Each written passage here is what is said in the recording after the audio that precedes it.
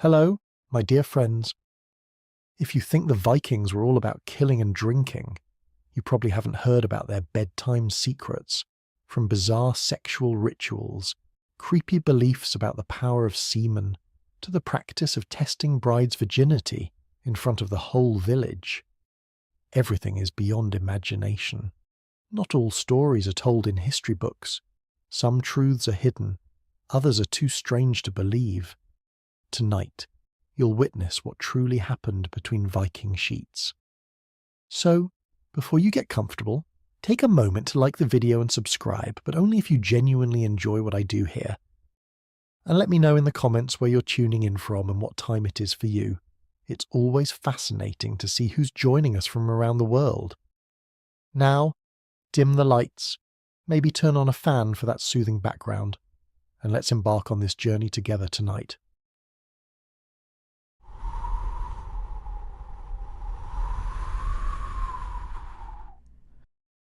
If anyone thinks Viking raids were only about stolen silver and burnt villages, they should know that women were also among the prizes taken home.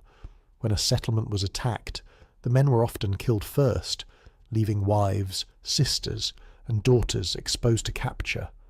Those who survived the destruction were carried onto ships, not because they were spared, but because they were considered part of the spoils. Life after that moment rarely resembled freedom. For many of these women, the only choice left was to accept whatever role was forced upon them in a foreign household far from their home. Once brought into Viking lands, some of the women were turned into wives. This word in their context did not mean partnership or equality. It meant possession.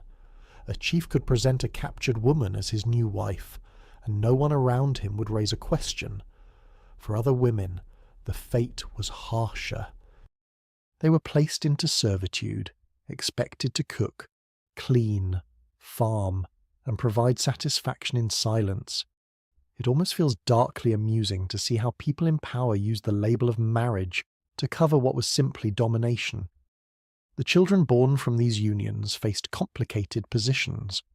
On one hand, they carried the blood of their Viking fathers. On the other hand, their mothers' origins placed them lower in the household. Some were accepted and raised, though rarely treated with full legitimacy. Others were hidden away or abandoned entirely. The Sagas rarely mention these children directly, but burials and genetic evidence suggest they were present in greater numbers than the texts admit. Their silence in history is itself evidence of how unwelcome their existence was in some families. Chroniclers in the lands attacked by Vikings did not ignore this pattern. Accounts from Ireland, the Frankish kingdoms, and the English coasts mention not only the loss of lives and property, but also the loss of women. These were not rare incidents. They were part of the rhythm of raiding, repeated again and again. For the Vikings, bringing home captives was not seen as shameful. It was considered a natural proof of strength. If we compare it to today, when wars are judged by land gained or governments toppled, for the Vikings, victory could be counted in human bodies taken across the sea. Inside the settlements, the hierarchy among these women was structured but harsh. A woman given to a leader was paraded as a mark of his dominance. She might be dressed in better clothes, but that did not change the lack of choice in her situation. Women given to ordinary warriors had little chance at visibility. They served their captors in daily work and in private, with no protection or voice. In both cases, the concept of refusal did not exist. There were no legal or moral systems to protect the women. Viking society recognized the power of the victor as a form of law. Captivity was not a scandal, it was a fact. For the men, the practice of taking women was not questioned. For the women, survival depended on learning to live inside the rules of a new household. Some eventually blended in, raising children and becoming silent members of the community. Others lived their lives remembering the homes they had been stolen from. Literature that survives from the Viking Age does not often express sympathy for these women. Instead, they appear as trophies in stories, symbols of a raid success. Their names are absent, their voices unheard. Yet archaeological evidence, like foreign ornaments found in Viking graves, shows that these women did not simply vanish. They were absorbed, willingly or not, into the fabric of Viking life. They carried objects, skills, and bloodlines that marked them as outsiders even generations later. What stands out is how normalized this all was. To the Vikings, it was not extraordinary. It was not a secret. It was openly celebrated as part of warrior culture.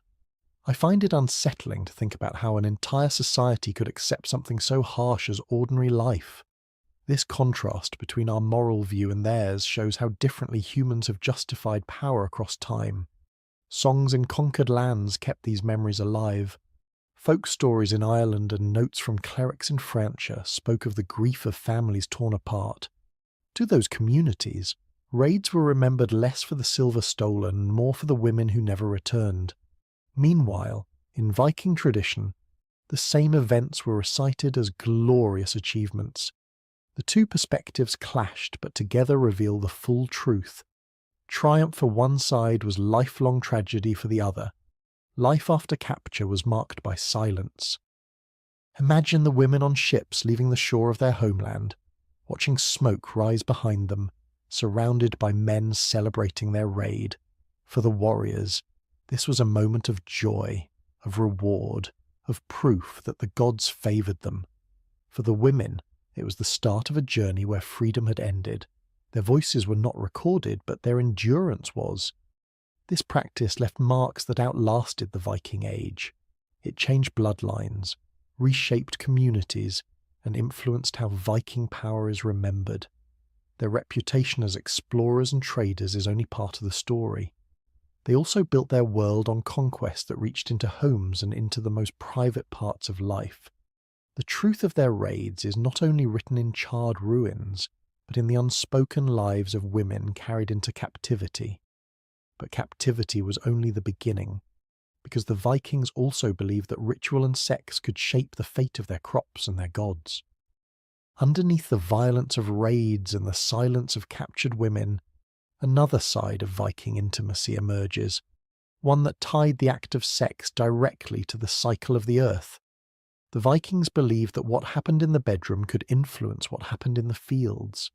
Fertility was not only about people, it was also about the soil, the grain, and the animals that kept the community alive. The idea that ritual sex could ensure good harvests was part of their worldview, and it was treated with seriousness, not secrecy. When a chief or leader was prepared to begin the season of planting, it was expected that he would also perform a physical act that symbolized the fertility of the land. In some communities, this ritual was done in private, but in others it was done in front of witnesses. A leader might take a woman considered sacred, often chosen for her purity or her family's standing, and lie with her in a ceremonial setting. This was not framed as a scandal, but as a service. The woman was thought to carry divine blessings, and by joining with her, the leader was believed to transfer that blessing to the soil. The people who gathered did not look away in shame. They accepted it as part of the rhythm of survival. It almost sounds absurd now to think of a village treating sex as part of agriculture. But for them, it was no stranger than using manure to make fields fertile. The choice of women in such rituals was not casual. Often, she was expected to be a virgin, her untouched body seen as the clearest vessel of divine favour. She might be prepared days in advance, bathed, perfumed with herbs, and dressed in garments set aside for the ceremony. The priests would oversee the ritual, chanting and calling upon gods like Freyr, who embodied fertility and growth. Everything about the event was calculated to merge human reproduction with the cycles of nature. Reports from later sagas suggest that such rituals could be performed in public fields or near sacred groves. Fires were lit, animals were sacrificed, and then the human act followed. For the participants, this was not entertainment, it was an obligation. The fate of the harvest was thought to hang in the balance. If the ritual was done correctly, the crops would thrive. If neglected, famine might follow. In their minds, it was a direct transaction with the gods. The power of belief in these rituals meant that women involved carried a strange kind of status. Though they were chosen and guided by priests, their roles were both elevated and diminished. Elevated, because they were believed to channel divine energy. Diminished, because their personal desires or refusals had no place in the event. They were instruments, selected for what they symbolized rather than who they were. Compared to today, where a farmer might pray silently for rain, the Vikings staged their prayers through bodies and actions that were visible to everyone. What interests me is how deeply this practice blurred the boundaries between religion and intimacy. It was not only about a man and a woman, but about the community's relationship with the gods. Sex in this case was not a private act, but a social and spiritual duty. The connection between human and divine was imagined to pass through flesh, into soil, and back into the mouths of the people when harvest came. I often wonder what the women chosen for this truly felt, standing between personal identity and communal expectation. Over time, these rituals left traces in the stories passed down. Some sagas describe festivals where entire groups of people joined in acts of public intimacy, believing that collective fertility would multiply the blessing. Other references are quieter, describing a single union performed at the start of sowing. Whether grand or small, the principle remained the same: sex was a tool of survival, a way to secure life from the gods through symbolic action. Archaeological sites provide clues that support these accounts. Carved images of phallic symbols linked with depictions of grain and livestock suggest a worldview where reproduction in all forms was bound together. Altars found with both animal bones and traces of human bodily fluids hint at the mingling of sacrifice and intimacy. While scholars debate how literal the rituals were, the consistency of symbols across different regions shows that the idea was widely shared. The involvement of leaders in these ceremonies also reinforced their authority. By acting as the one who merged with the sacred woman, the chief positioned himself as the bridge between people and gods. His role was not only military and political, but also sexual and spiritual. This gave him power beyond the battlefield. He could claim that the prosperity of the community flowed directly from his body and his bloodline. For the people, this was reassurance. For the leader, it was legitimacy. For ordinary villagers, the rituals may have been both awe-inspiring and unsettling. To see their leaders enact fertility in such a direct way must have carried a mixture of reverence and discomfort, yet no one openly questioned it. The survival of the harvest was too important, and belief too ingrained, to allow for dissent. What mattered was that the cycle continued, that the fields turned green, and that the gods were satisfied. The practice also shaped gender expectations. Women were tied not only to household duties but also to the symbolic role of maintaining the fertility of the earth. Men, particularly leaders, were expected to prove their virility not just in war but in these ceremonies. Failure in either realm could be seen as weakness, a dangerous flaw in a culture that valued strength above all. As the centuries passed, some of these rituals faded, remembered more in myth than in practice. Yet their echo remained in the stories of gods like Freyr and Freya, whose names were tied to fertility, love, and harvest. In these myths, sex and survival were inseparable, just as they had been in the rituals performed in fields and groves. Rituals tied sex to survival and gave meaning to fertility. But not every belief was wrapped in ceremony or guided by priests. In daily life, the Vikings placed their trust in something far more personal. What might surprise you even more is that for them, attraction often began not with sight or touch, but with the smell of sweat. The everyday life of the Vikings did not revolve only around raids, rituals, and marriage customs. It was also shaped by smaller daily habits that reveal how they understood attraction. One of the most unusual beliefs in their world was the value they placed on body odor. For them, sweat was not something to wash away quickly. It was proof of strength, masculinity, and authenticity. Bathing was not common, and the absence of regular washing created an environment where natural smell became an unavoidable part of life. Instead of seeing it as unpleasant, the Vikings treated it as desirable. The odour of a body was thought to express power in the same way a scar or a weapon did. Men who returned from raids carried more than trophies and stories. They also carried the smell of battle, of sweat mixed with leather and iron. This was not masked or hidden, but celebrated. Women were said to prefer men who carried these scents because they represented courage and vigour. A man who smelled too clean, who had scrubbed away every trace of his body, was thought to lack the rawness expected of a warrior. It is almost laughable to imagine that being sweaty could be more attractive than being clean. Yet in Viking society, this was a mark of real manhood. The practice of infrequent bathing made this preference even more important. Water was scarce in some areas during the colder months, and heating it for bathing was seen as unnecessary work. While some sources suggest that Vikings washed more than their neighbours, they did not do so with the goal of eliminating all natural odour. Instead, they aimed to strike a balance. Too much dirt could weaken health, but too little scent could weaken desire. Sweat was thought to carry the essence of a man's life, and to lose it was to lose the very sign of his strength. For women, managing their scent involved different methods. They often used herbs, grasses, or aromatic plants, not to erase odour, but to blend it with natural smells.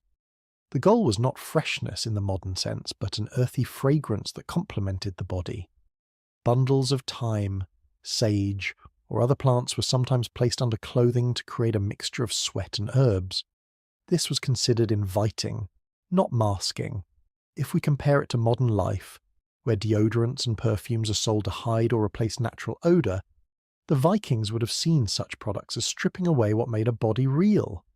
The connection between smell and sexuality ran deep into their culture. Warriors who returned from long journeys were believed to carry an aura of strength that spread through their scent. Some sagas even describe how women could identify a victorious man by the odour he brought back with him. This suggests that smell was more than a background detail. It was an active part of the attraction, signalling bravery, success, and vitality. To the Vikings, desire was not shaped by polished appearances but by raw presence. The environment of Viking settlements reinforced this outlook. Longhouses were crowded with smoke, animals, and people. The air was heavy, and personal scent was always present. There was no escape from it, so instead of resisting, they embraced it. A body without odour would have seemed suspicious, perhaps even unhealthy. The sweat of men after work or battle and the natural scent of women after labour were considered honest. In a society where physical survival required constant effort, the smell of exertion was proof of contribution.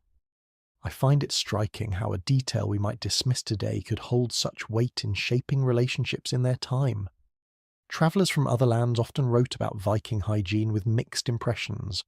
Some described them as cleaner than expected, noting that they combed their hair and washed faces more often than neighbouring groups. Others mocked them for being smelly after raids, though this criticism might have been exaggerated by enemies.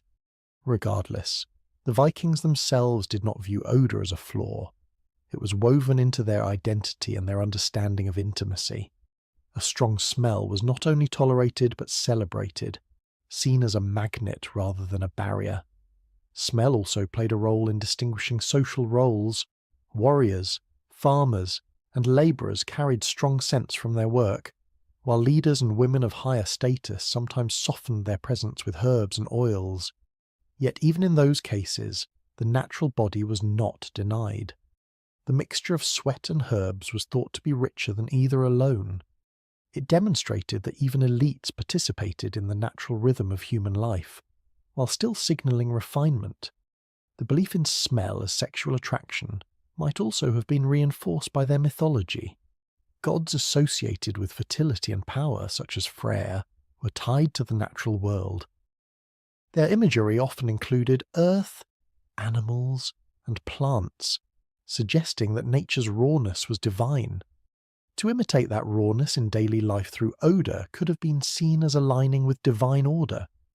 This would explain why the scent of a warrior held greater value than artificial attempts to smell pleasant. In practice, this belief shaped interactions between men and women in simple but important ways. A man returning from labour or battle could be welcomed because his odour confirmed his effort. A woman who carried the scent of herbs and sweat was seen as appealing, not because she had erased her humanity, but because she had emphasized it. Intimacy grew from this acceptance, not from denial. The Vikings lived too close to the raw elements of nature to pretend they could escape their bodies. This outlook seems strange now, when cleanliness is often considered part of attraction. Yet for the Vikings, the body was honest in its natural state. To wash too often was to lose the very mark of life. In their minds, odour was not dirt, it was vitality. It was not a sign of neglect, it was a sign of power. By valuing body smell, they turned an unavoidable fact of life into a source of desire, a reminder that strength and survival were the true measures of worth. The smell of warriors and women carried through their halls, mixed with the smoke of fires and the scent of food. It was the background of daily life, the atmosphere in which intimacy unfolded. For them, this was not unpleasant, it was simply real. And from this reality came attraction, relationships, and the continuation of their culture. Smell was enough to define desire, yet when it came to marriage, appearances alone were not enough. Proof of purity was demanded in front of others. Yet stranger still, before marriage even began, a Viking bride could be forced to undergo a public test of her virginity. Marriage among the Vikings was not only about uniting families or strengthening alliances, it was also about control, reputation, and proof. Few customs show this more clearly than the disturbing practice of public virginity testing before a wedding.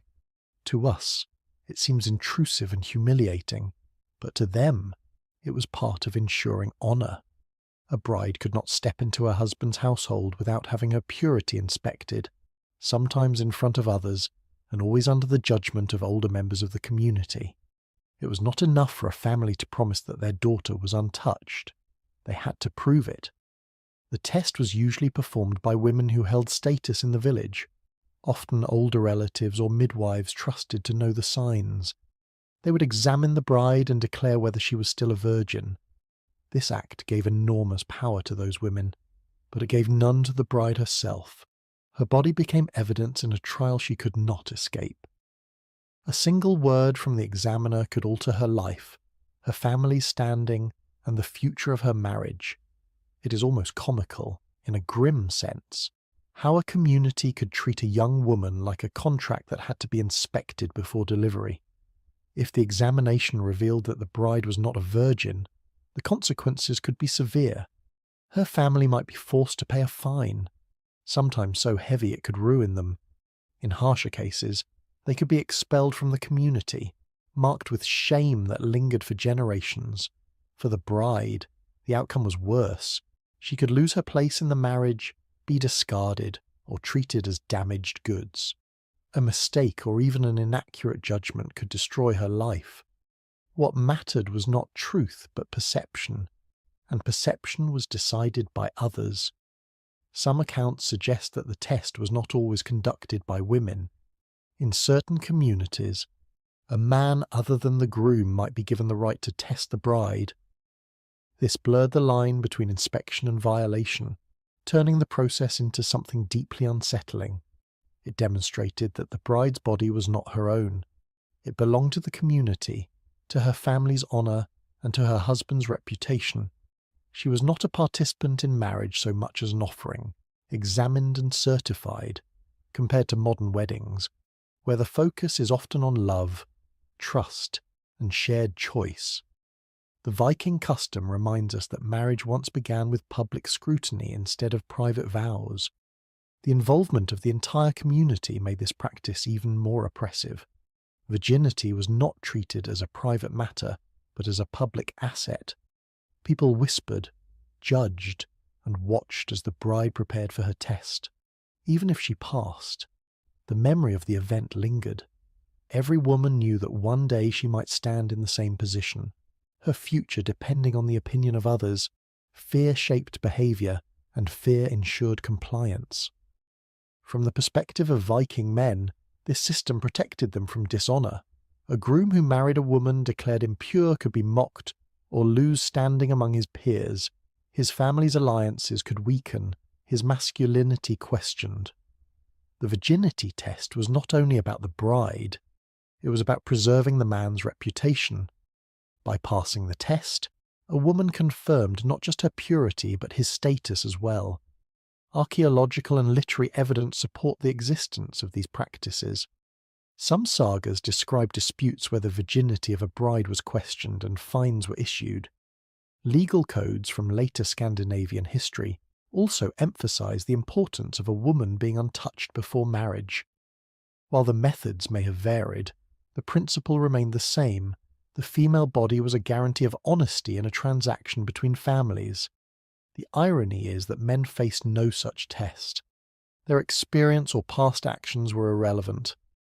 A man could have taken women in raids, fathered children with slaves, or engaged in public rituals, and none of it mattered. Only the bride was judged, and her value was measured in physical signs that were often unreliable. The imbalance shows clearly how power worked in Viking society. Men acted, women were judged. I cannot help but feel disturbed by how little room there was for fairness or dignity in these customs. This practice also created opportunities for manipulation. If a family wanted to block a marriage, accusations about a woman's purity could be raised even without evidence. A single claim could stain her permanently. Rumour was enough, and the test was a tool that could be twisted to serve rivalries or grudges. For the bride, there was no defence. She entered the process already at the mercy of others, and once her reputation was questioned, it rarely recovered. The virginity test reflects the way Viking society tied women's worth to reproduction. A bride was valued as the future mother of heirs. Purity was supposed to guarantee that her children would be her husband's alone. It was less about morality than about inheritance. Land, wealth, and titles needed clear lines of descent, and controlling women's bodies was seen as the way to secure them. The test was less about faithfulness and more about property. Inside the homes where these brides lived after passing the test, the memory of the ritual hung over them. They entered marriage having already surrendered their privacy, their bodies made public before they even began life with their husband. The shadow of that humiliation was part of their reality, something they shared silently with other women who had gone through it. While the community may have forgotten quickly, the women themselves could not. What makes this custom striking is not only its cruelty but its acceptance. People did not question it, they believed it was necessary. To them, purity was not an ideal but a condition, as important as land deeds or dowries. Without it, marriage could not proceed. It reveals how societies can normalize what seems unthinkable, how rituals can turn invasion into routine. For the Vikings, testing a bride was as ordinary as arranging the feast or preparing the bed. Over time, as Christianity spread through Scandinavia, attitudes toward marriage began to shift. The church discouraged public testing, though suspicion of brides remained strong. The legacy of the custom survived in whispers, stories, and lingering double standards. But in the height of the Viking Age, it was a practice accepted and reinforced by all layers of society. It was woven into the very structure of family and honour. Smell had been enough to stir attraction, but purity was demanded to secure alliances. Women carried the burden of proving what could never truly be proven. Their futures hung in the opinions of others, their lives shaped by rituals that left them exposed before their community. The cruelty lay not only in the act itself, but in how ordinary it seemed to those who enforced it. Virginity tests exposed how little control Viking women had over their bodies, but for slaves, the situation was even more desperate. In their world, intimacy was not a privilege or a right. It was something they could never refuse. Slavery was a constant presence in Viking society, and with it came customs that reveal how differently power and intimacy were understood. To own another person was not only to control their labour, but also to control their body. Men who held slaves, whether male or female, were allowed to demand sexual access without shame or consequence. The concept of refusal did not exist. Slaves had no voice, no rights, and no protection. They were treated as property, and intimacy was another form of service expected from them. For Viking masters, this practice was not hidden. It was accepted openly. A man could own male slaves, female slaves, or both, and use them however he wished. Household duties, field work, and sexual service were all grouped together as parts of slavery. There was no legal structure that defined forced intimacy as a crime. It was simply another part of ownership. It is grimly funny to think how easily they blurred the line between marriage and slavery, as if both were just arrangements of possession. The lives of slaves inside Viking households were marked by constant vulnerability. Women were at risk not only from the master, but also from his sons, guests, and allies. Their bodies could be offered as rewards or tokens of loyalty. Men, too, were not safe. Male slaves could be taken for sexual use by masters, especially when domination was meant to demonstrate authority. In this culture, it was not considered unusual or shameful. It was proof of power, and power justified itself. Children born from these unions faced some of the harshest outcomes. A child of a slave mother could rarely claim the same status as a child of a free woman. In many cases, such children were quietly abandoned or killed at birth. Their existence threatened the purity of family lines and the legitimacy of inheritance. To prevent disputes, families erased them. When children were allowed to live, they often remained in slavery, repeating the cycle of servitude that had shaped their mothers' lives.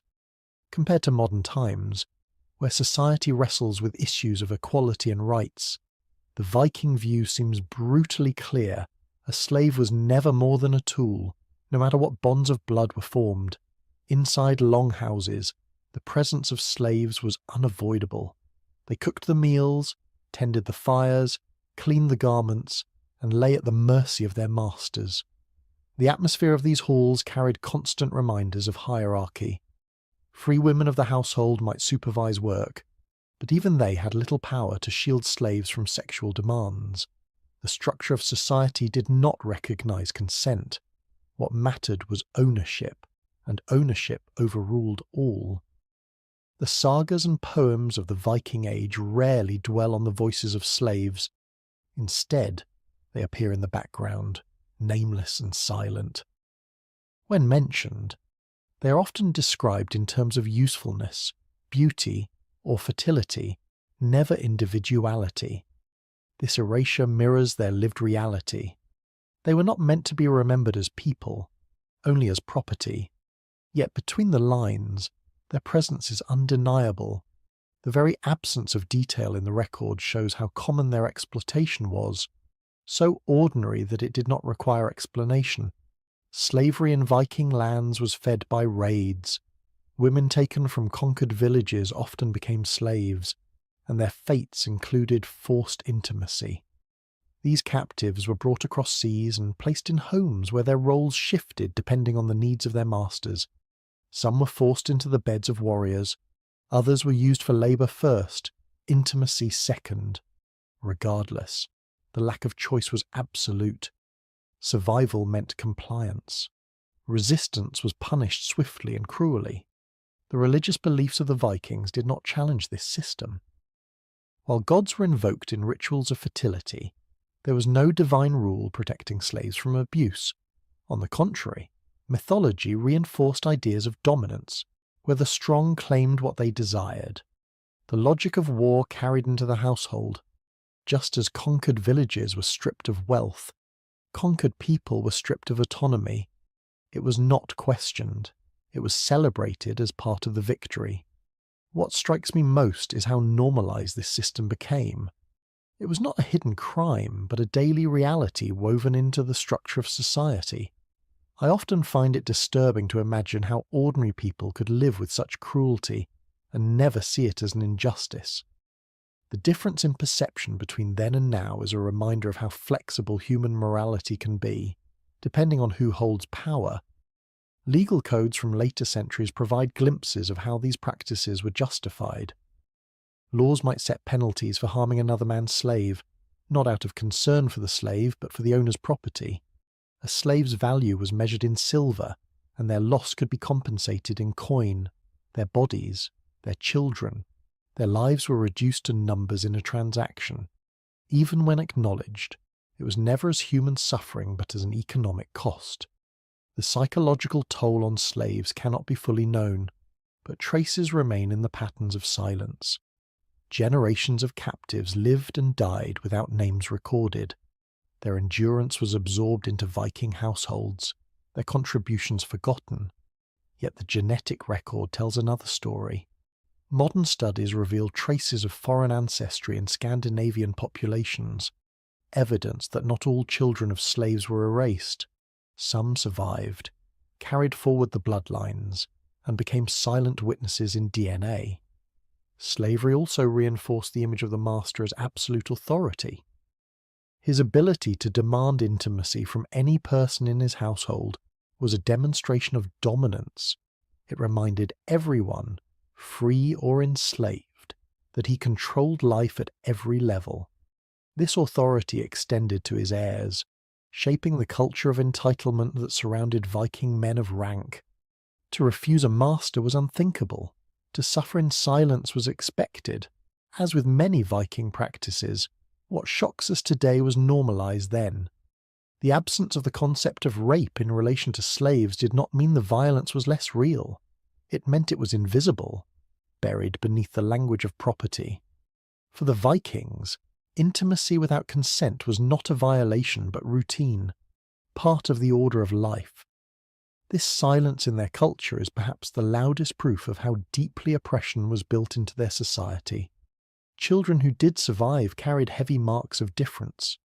They were often excluded from inheritance, their status questioned, their lives shadowed by their mother's servitude.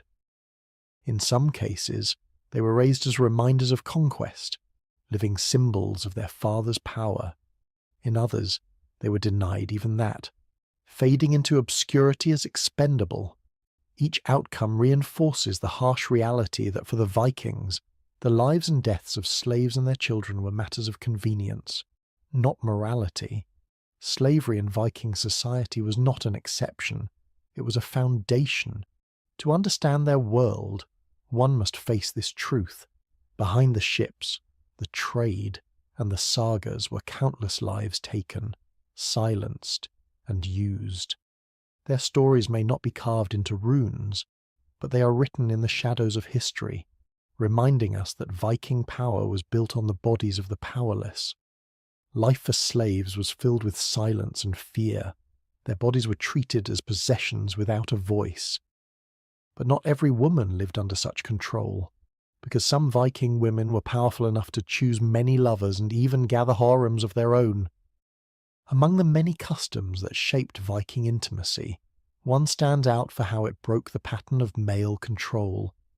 While slaves and ordinary women were denied choice, women of high rank or strength sometimes held unusual freedom. A female warrior or the wife of a powerful chieftain could take lovers without shame.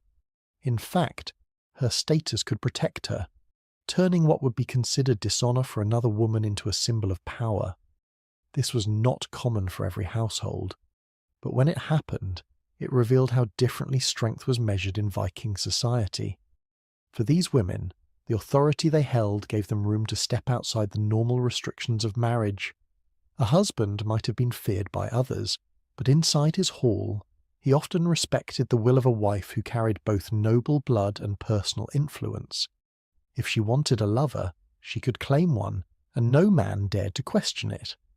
To resist her choice was to risk more than embarrassment. In some stories, men who refused her or spoke against her met swift punishment. It is strangely amusing to imagine that in a world built on men's conquests, some of the fiercest conquerors inside the home were women. The warriors who became lovers of these women sometimes did so willingly, drawn by the honour of serving a powerful figure. Others had little choice but to comply, knowing that refusal could cost them their lives. For the women, these relationships were not framed as shameful. They were signs of dominance, another way to display their strength. A man might boast of his victories on the battlefield, but a woman could demonstrate her authority by choosing who shared her bed. There are accounts in sagas of women who gathered groups of lovers, almost like small harems, echoing the power their husbands held with their followers. These groups were not formal institutions, but collections of men who became bound to a woman by her will. Such stories show that Viking culture, for all its emphasis on male strength, also allowed space for female defiance when backed by status. The wife of a chieftain or a respected warrior woman could bend rules that others could never touch. This practice also reflects the way Vikings admired strength in all forms. A woman who commanded fear or respect could act with the same freedom as a man. Her reputation mattered more than her gender. She did not need to hide her lovers. In some cases, her actions were even admired, turned into tales of cunning and power, compared to today, where equality is often measured by laws and rites. Viking equality appeared only in flashes, granted by force of will and the threat of violence.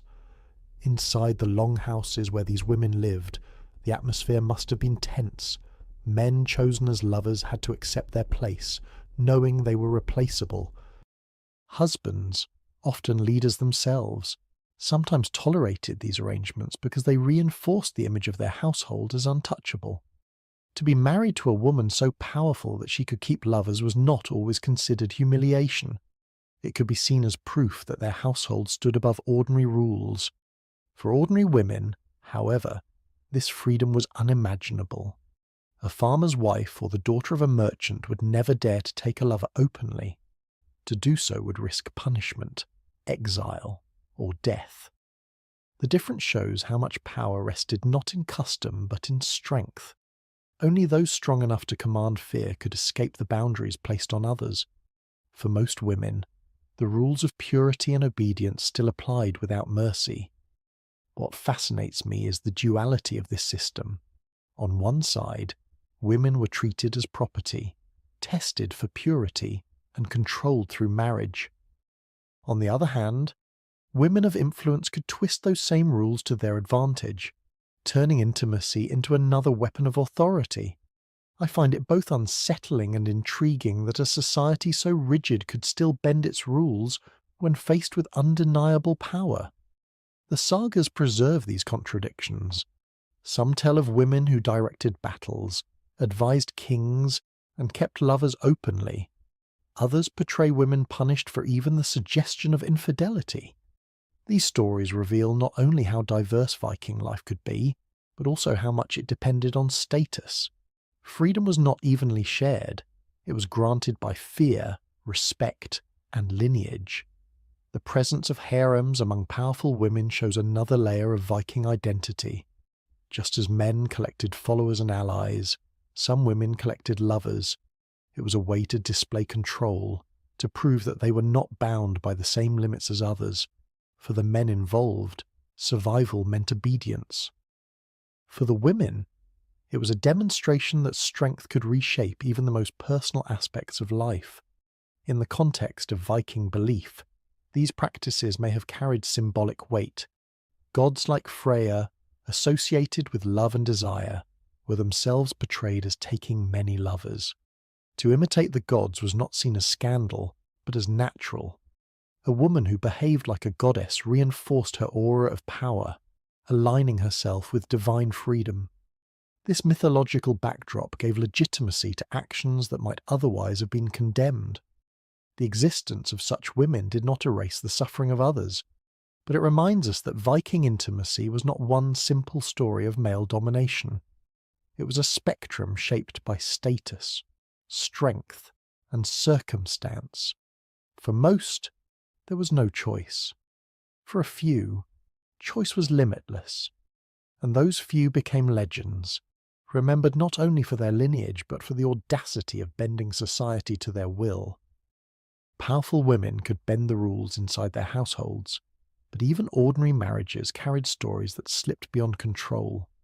The sagas themselves record affairs and betrayals, treating them less as disgrace and more as tales of conquest.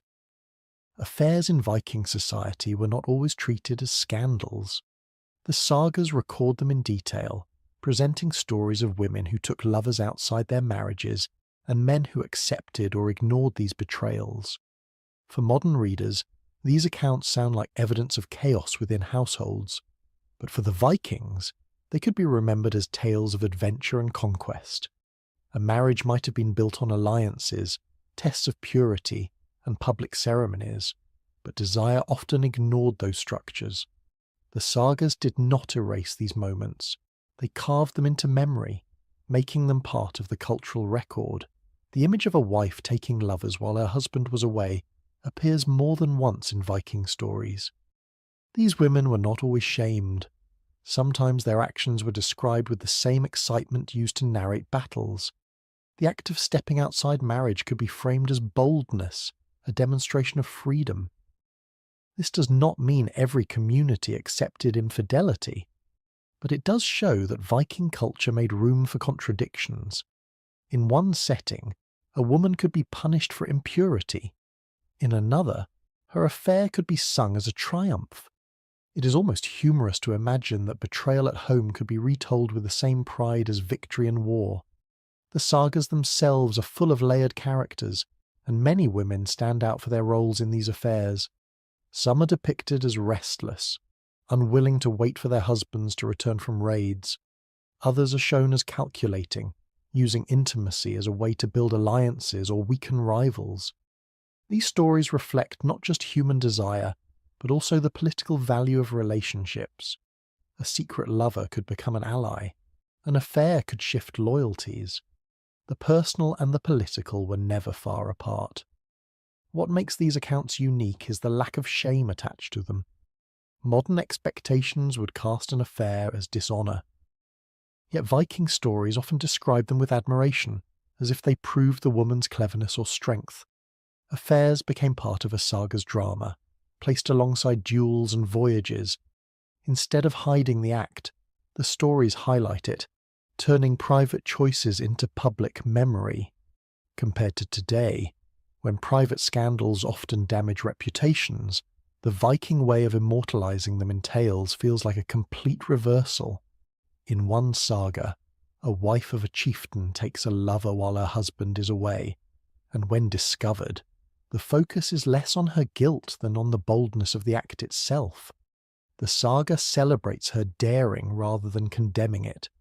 In another, a woman uses affairs to challenge her husband's authority, showing that she is not confined by marriage. These examples reveal how sagas worked less like moral guides and more like records of power. If a woman's affair demonstrated her will, it was worth remembering. Within Viking society, this freedom was not equally shared. Ordinary women, especially those without family support or status, risked punishment for stepping outside their marriages, but women of higher rank, or those connected to influential men, had more room to act. Their status shielded them, and their affairs could even be admired as symbols of vitality. The sagas often tell the stories of these women, leaving the silent majority in the shadows. The double standard is clear. Men's affairs were expected and rarely questioned. Women's affairs, while sometimes celebrated, were still dangerous if they crossed the wrong lines. Yet the fact that they are remembered at all suggests that Viking culture did not silence these stories. Instead, it preserved them, sometimes twisting them into lessons, sometimes turning them into entertainment.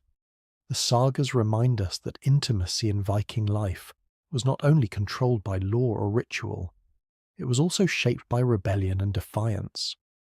The presence of these stories shows how open the Vikings were about desire. Affairs were not erased or hidden away, but made into part of their shared identity. They may have been exaggerated, as all stories are, but exaggeration itself proves that such acts were possible and meaningful. A woman who strayed from her husband could still be respected, even admired, if her actions aligned with the saga's themes of boldness and strength. For the women themselves, affairs could be a rare chance at choice. In a society where many aspects of life were dictated by family or community, intimacy outside marriage allowed a woman to assert control, however briefly. These relationships may have been secret at the time, but once recorded in the sagas, they became permanent. The women's names lived on, their choices immortalized. To some, this may have been a form of liberation, however limited. I cannot help but think about how powerful it must have felt for these women to know their actions would be remembered, not erased. The sagas also reveal the reactions of husbands and communities. Sometimes men fought duels over affairs, framing the issue as a matter of honour. Other times, they tolerated or ignored them, perhaps recognizing the futility of resistance. In both cases, the stories suggest that affairs were not rare. They were part of the rhythm of Viking life, acknowledged openly, even if not always approved. In households, the atmosphere around these affairs must have been tense. Servants and relatives often knew what was happening, yet silence was necessary to preserve peace. At feasts and gatherings, rumours could spread quickly, turning private acts into public knowledge. But rather than ending lives or destroying families, these affairs often became new stories to tell, fuel for the sagas that defined Viking memory. The existence of these tales challenges the idea that Viking society was uniform in its rules. On one hand, purity tests and restrictions on women's choices show strict control. On the other hand, sagas celebrating affairs reveal flexibility, even admiration for defiance.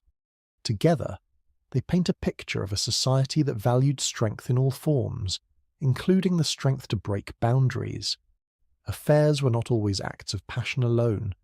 They could be strategic, playful, or rebellious. They added layers to Viking households, shaping relationships in ways that went beyond marriage contracts. While they brought risk, they also brought recognition. The women who engaged in them became part of the cultural fabric, remembered for their audacity. In the end, the sagas remind us that Viking intimacy was never simple. It was bound by rituals, shaped by power, and yet constantly pushed against by personal choices. Affairs were not erased. They were woven into the stories that defined the age, showing that even in a society ruled by warriors, women carved out space for their desires. Marriages were supposed to hold households together, but affairs revealed how fragile those bonds could be. The sagas that tell of betrayal and passion also prepare us for the next layer of Viking intimacy, where even jealousy itself was treated not as strength, but as weakness. Jealousy, a feeling so common in many cultures, was treated very differently in the Viking world. While in most societies a man who defended his wife's honour might be praised, among the Vikings such a reaction could be seen as weakness.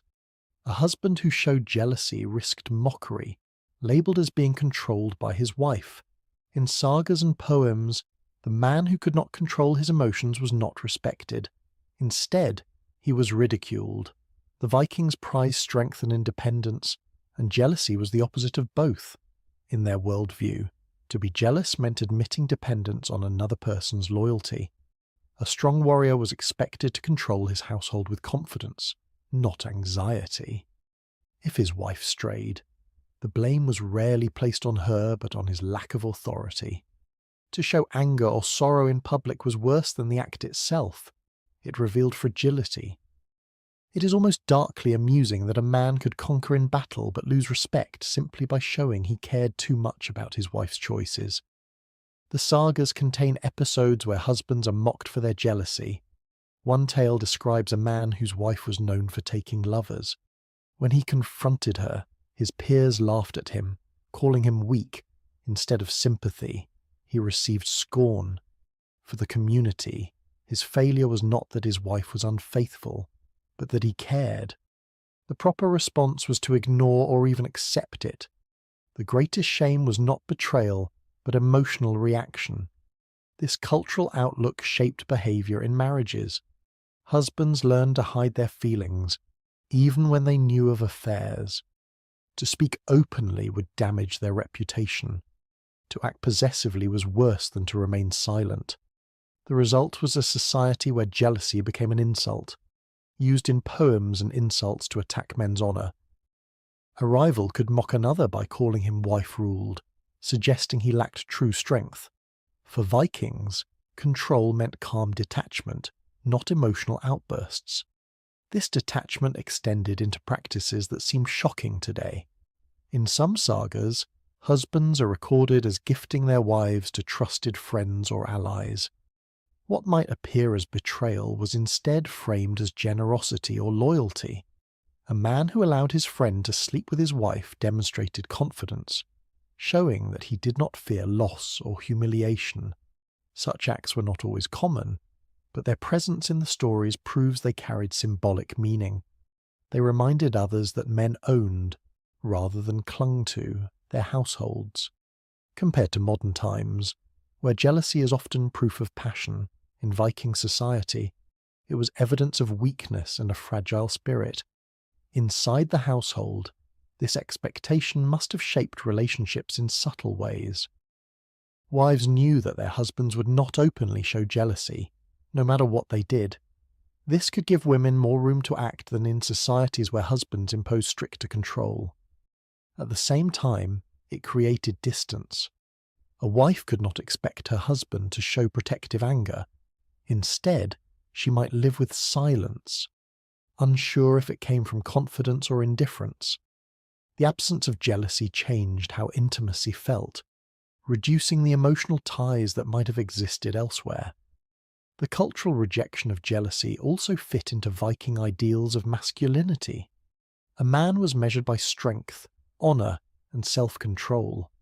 Losing his temper over a wife's actions undermined all three. To maintain status, he needed to appear above personal feelings, almost detached from household drama. This mirrored the warrior's discipline on the battlefield. Just as a warrior did not flinch under pain, a husband was not supposed to flinch under betrayal. The appearance of indifference became a form of armour at feasts and gatherings. This attitude played out in public banter. Men insulted one another with jokes about wives and lovers, testing each other's reactions. The one who laughed along proved his strength. The one who grew angry revealed weakness. These exchanges reinforced the idea that jealousy was shameful. Social standing depended not only on victory in raids, but also on the ability to endure mockery without showing hurt. For women, the rejection of jealousy could open doors. Some wives used the silence of their husbands as freedom, engaging in affairs with less fear of public punishment. Their husbands might not like it, but they rarely dared to show emotion. The sagas reflect this tension. They tell of women whose actions tested boundaries, knowing that the greatest risk was not their behaviour, but their husbands' reactions. As long as men stayed silent, women's choices could slip by. At the same time, this freedom was dangerous. A husband who appeared too passive risked his reputation. He could be challenged by rivals, accused of weakness, and even lose authority in his household. So while open jealousy was mocked, quiet control still mattered. Men had to balance silence with subtle actions, ensuring they kept power without exposing feelings. The result was a culture where marriages carried layers of hidden tension, with both sides aware of what could and could not be shown in public. This outlook also explains why betrayal appears so often in sagas. Affairs and exchanges of wives were not erased but woven into the stories of warriors and households. They added drama, but they also reinforced values. The man who tolerated infidelity without jealousy was not destroyed by it. Instead, he remained powerful. The sagas remind us that strength was not about perfect households, but about an unshakable reputation. Archaeological evidence cannot capture emotions, but it does reveal the material side of these relationships. Items exchanged between households, including jewellery and clothing, suggest networks of alliance that may have included wives as symbols of trust. While we cannot know how individuals felt, the broader culture made clear that intimacy was tied to power. Jealousy had no place in such transactions. For modern readers, this approach is difficult to accept. It clashes with the idea that love and loyalty are built on exclusivity. Yet for the Vikings, intimacy was secondary to strength. What mattered most was how one appeared before others. A man could survive betrayal, but he could not survive ridicule. I often think about how cold it must have felt to live in a society where silence was valued more than honest emotion. In the end, jealousy in Viking culture was not a sign of passion, but of weakness. To care too much was to lose control, and control was everything.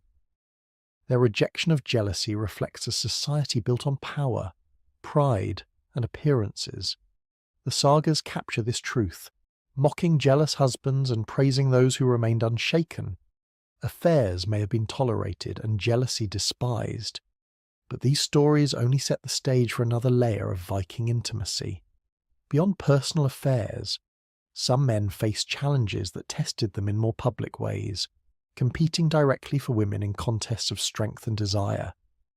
Viking society admired strength, courage, and the ability to prove oneself in every aspect of life.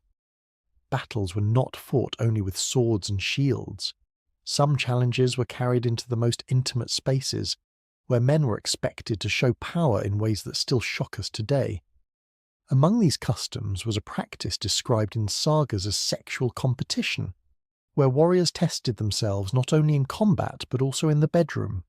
A man might have to satisfy a woman to win her hand, and his success or failure could determine his honour, his future, and even his life. This practice was not widespread in every community, but the sagas and poems suggest it existed strongly enough to become a recognised theme. The idea was simple in form but brutal in consequence. 2 or more warriors might seek the same bride. Instead of settling the matter with weapons, they proved themselves through sexual performance. The woman became the judge, and her decision shaped reputations. What was intended as marriage became a contest, one that carried the same weight as a duel. It is almost laughable to think that Viking honour could rest not on a battlefield but on a bed. Yet this was exactly how some stories remembered it. For the warriors, the stakes were enormous. To fail in such a contest was not only personal embarrassment, it was public humiliation. A man who could not prove his virility might lose all respect from his peers. The sagas describe cases where defeated men were mocked, their names tied forever to failure. In a culture built on pride, such dishonour was unbearable. Some men, unable to live with the shame, were said to have taken their own lives. The seriousness with which these contests were treated shows how central sexuality was to Viking identity. It was not a private act, but a measure of worth. The woman involved carried significant power in these situations. Her satisfaction determined the outcome, and her words could raise one man while destroying another. This power was rare for women in Viking culture, where choices were often limited. In these contests, however, the woman became the centre of judgment. Her role was both respected and feared. To be chosen as the subject of a challenge meant being placed at the heart of male rivalry, a position that carried risk as well as influence. Sagas often describe these events with striking detail. Unlike battles, which were sometimes summarised quickly, these contests were remembered for their intimacy. The descriptions focus on the acts themselves, on the performance of the men, and on the reaction of the woman. For Viking audiences, these stories must have been both entertaining and instructive. They reinforced the idea that strength was not complete without virility. A man could be a great fighter, but if he failed in bed, his reputation was broken. Compared to modern times, where personal intimacy is considered private, Viking sagas remind us of a world where sex could become a public spectacle. The psychological pressure on men was immense. To prepare for a duel of swords was one thing. To prepare for a duel of intimacy, with honour at stake, must have carried fear of a different kind. Success brought pride and marriage. Failure brought ridicule and sometimes death. This shows how fully the Vikings tied masculinity to performance. A man's body was not only a weapon in war but also a tool of reputation in private life. Women's perspectives, while harder to trace, can be imagined through the consequences of their judgment. A woman who declared one man successful and another a failure shaped more than her future. She influenced the standing of warriors, families, and alliances. The weight of such decisions must have been heavy, yet sagas portray them as decisive. They did not hesitate. Their words were final. In a society where women's voices were often muted, this rare moment of power stands out, even though it came through a troubling context. These contests also served as a form of ritual. They were not only about marriage, but also about proving the readiness of a man to take on the responsibilities of family and household. A warrior who failed in intimacy was thought to lack the strength needed for leadership. Virility was seen as directly connected to vitality. The ability to satisfy a woman was interpreted as the ability to sustain life, to father children, and to maintain prosperity. In this way, the contest was symbolic as well as literal. At feasts, such stories would have been retold with both laughter and seriousness. Men boasted of their victories, while failures were turned into insults. A defeated man's name might live on as a joke, ensuring that his shame never faded. Honor was fragile, and even one failure could outweigh a lifetime of achievements. This shows how unforgiving Viking society could be. It demanded excellence in every field, even in the most private ones. The sagas that record these events are not simply tales of entertainment. They reveal how the Vikings linked every part of life to competition. Farming, raiding, politics, and intimacy were all arenas for proving strength. The line between public and private was thin, and reputation was always at risk.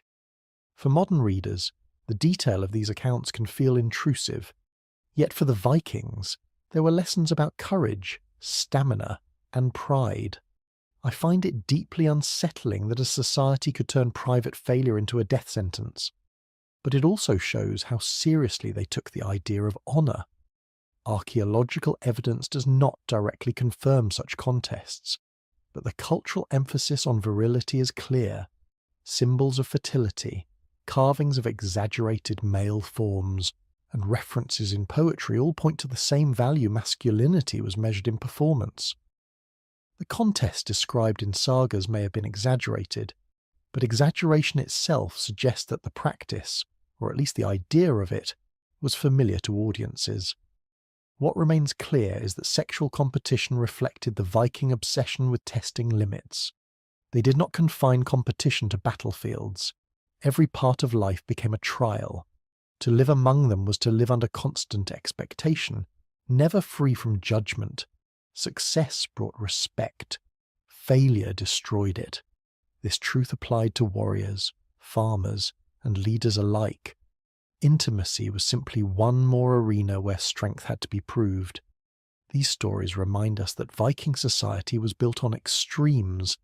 Honor was everything, and dishonor was unbearable. Sexual contests may sound shocking, even absurd, but they fit perfectly into a culture that prized rivalry.